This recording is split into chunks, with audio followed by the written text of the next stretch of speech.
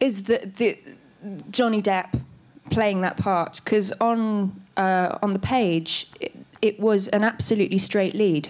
There was none of the kind of Jack Sparrowness, none of the drunkenness, none of that was in there. None of the Keith Richards. None of the Keith Richards was in there, and so the first time I saw it was at the read-through, and just going, wow, you can make that from that. How does that imagination, is astonishing. And at that point, having... Was it a surprise for the director as well, that Depp was taking the character? I think the director knew. I'm not... Well, actually, no, he said the producers didn't. And I think they might have been quite shocked.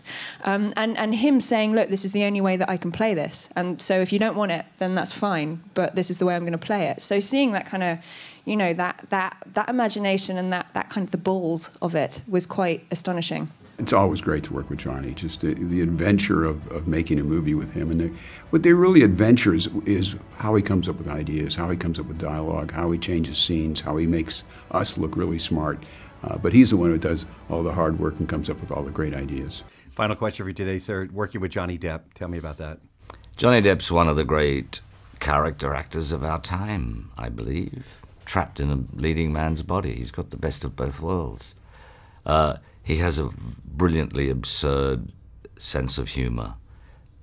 He's a great player, He puts on Jack.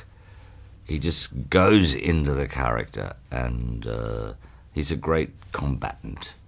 I know you've worked with a few of those people before. Had you worked with Johnny Depp before? I had not worked with Johnny, and he was just a trooper, a real gent and fun, and totally sort of obsessed with the business of building a character. He flew in 3 months before we started and just spent days walking up and down, trying on different kinds of clothes, getting the walk right, getting the hat right, getting the sideboards right. It was there, kind of obsessed with the part, drinking it all in. It was very interesting. As a director, do you love that, an actor taking it that seriously? Oh, yeah, and then, because what happens is that he can come on the day. We had a very enjoyable scene to do together, which we improvised lavishly, and it was partly because he was so secure in the character, in the look of the character and everything, that he was able to sort of play and be very free. And what was really impressive about people like him and Michelle and Penelope, and well, all of them really, and Willem, was their freedom in front of the camera. They're so knowledgeable, but they come with their game already prepared. So it's exciting to see tip-top professionals get there so that they can be as spontaneous as possible. Johnny, I think, has always played very unique characters.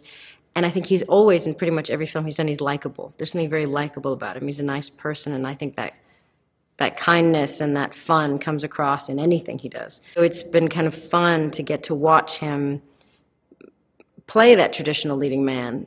But he is bringing a real charm to it. I loved working with Johnny, and he's really funny. And I think some of our best scenes were scenes where we tried to be very serious, and we ended up laughing so hard that we had to, that we wasted a lot of film, and we had to cut, and we kept screwing up. But we kind of hoped that goofiness would come across somehow in the... Still in the same world as photo whacking.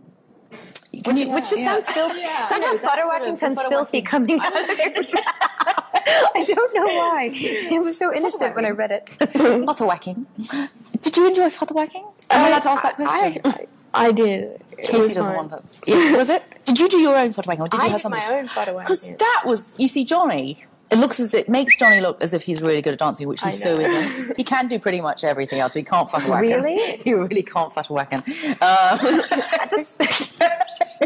can he dance? Everything else. No, he's terrible. But like on Sweeney Todd, because we were going to dance right at the end, I was really looking forward to it. I thought, although secretly, actually, I was pregnant, so I knew I couldn't. Because we couldn't dance, he couldn't dance. Waltzing, we were put on the spinning machine. So then I started feeling sick because obviously I was doing morning sickness, and then I was on the spinning machine and it was like, oh, what is a spinning machine? You get literally on this. It's like a mini roundabout thing, and then they spin you. Movie magic. And I had such bad morning sickness. I just thought, was Crew going to think that I'm such a wimp because I had to sit down for at least 5 minutes after each take because I was going like this, because we couldn't get the smooth waltz thing down. we were on a spinning machine. No, he can't dance. So, John, you said you're a musician. What do you play? Yeah, I play guitar as well. Did you two jam? Johnny plays yes, guitar, we obviously. Did. Okay. And Paul Bettany plays and sings as well. Paul Bettany's got a fantastic voice. Johnny's a great guitar player, particularly slide guitar. And so did you jam? What did you play we together? We spent one evening together playing in New Mexico. And Johnny and I played together briefly with the legendary Paul McCartney. We did a music video together, and I was the cameraman, and Paul was the director, and Johnny was the talent. And in an unbelievably surreal, you know, pinch me kind of moment, we sat and jammed for about 5 minutes, and you know, as I said, it was a pinch me moment and the most extraordinary experience. But yeah, these guys are great musicians, and so it was a really fun starting point in talking about music and, you know, kind of hanging out and discussing our likes. And Johnny plays a lot. He plays on stage with Alice Cooper, with Aerosmith. You know, he's a prolific guitar player. John, do you know what I do to rats? It ain't ratting, Jimmy. It's an alliance. An alliance between me and the FBI? No, between you and me. So when did you realize that Johnny Depp was the right man for the part? Well, Johnny, after seeing my first film, Crazy Heart, reached out to me, and he really appreciated that film. And we have long wanted to work together. And then he saw Out of the Furnace, and I think was very committed to finding something with me. He plays a lot of real-life characters, but you don't really think of Johnny for a part like this, because typically he plays very likable and very empathetic characters. I like to see actors in ways that we've never seen them before. And he's a very bold and daring actor, so I thought he was the perfect choice. Tell me about the transformation, the whole physical appearance of Johnny in the film. Did you ever consider not doing that? Was that something you discussed? No, I mean, had we not done that, then we wouldn't have been true to what Whitey Bulger looks like, because he has such striking features. He looks nothing like Johnny Depp, and he has very big and piercing blue eyes that, from people who have spent time with him, are thought to believe that they would just peer through your soul. And they're so piercing that you have a very difficult time maintaining direct eye contact like you and I are now.